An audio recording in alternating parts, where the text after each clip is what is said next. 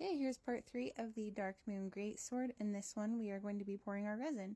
For this, we're going to need some alcohol ink, some glow-in-the-dark pigment powder, and some resin. So, go ahead and just follow your resin instructions. Mine was a 1-to-1 volume, so I went ahead and mixed that for 5 minutes. I'm going to add in my alcohol inks. Overall, this took about 24 ounces of resin for half the blade. So I'm just going ahead and mixing in my inks and my glow-in-the-dark powder. Now, if I were to do this again, I'm not sure that I would add the glow-in-the-dark powder at this step because it seemed to just sink to the bottom and I sanded it off anyway. So if I were to do this again, I might just Mod Podge it to the flat part of the half blade before I join the blades. But anyway, that's how I did it for this one.